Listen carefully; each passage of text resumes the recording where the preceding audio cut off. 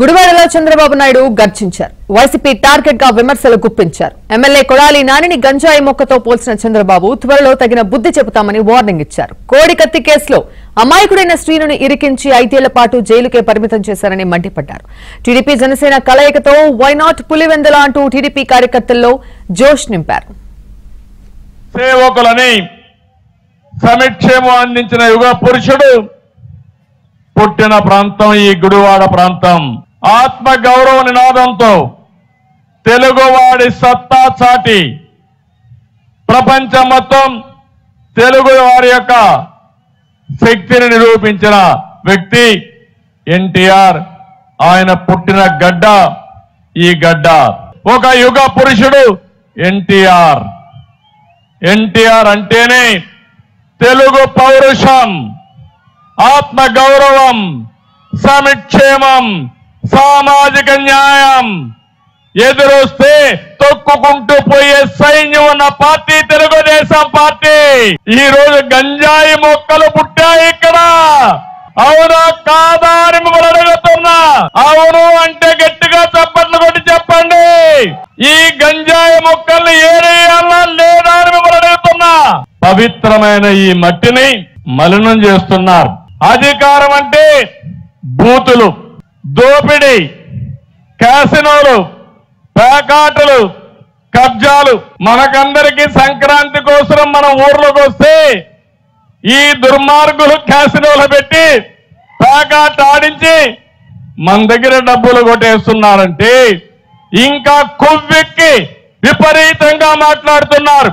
ఒకటే చెప్తున్నా, తెలుగుదేశం ఎవ్వరికీ భయపడదు. భయపడే సమస్య లేదు.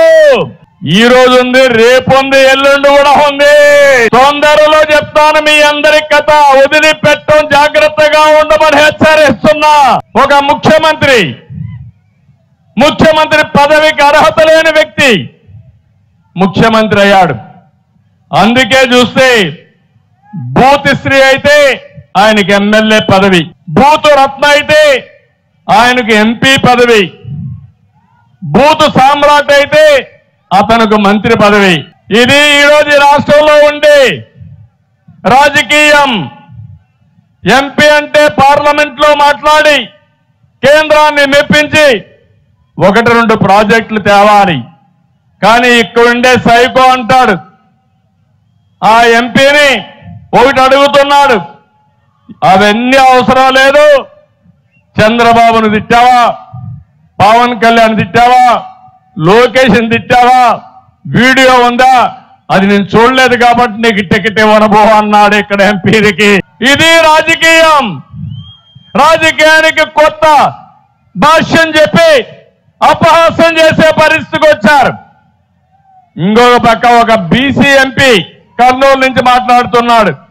5 ఏళ్లలో 2 సార్లు కూడా ముఖ్యమంత్రిని గెలవలేదు.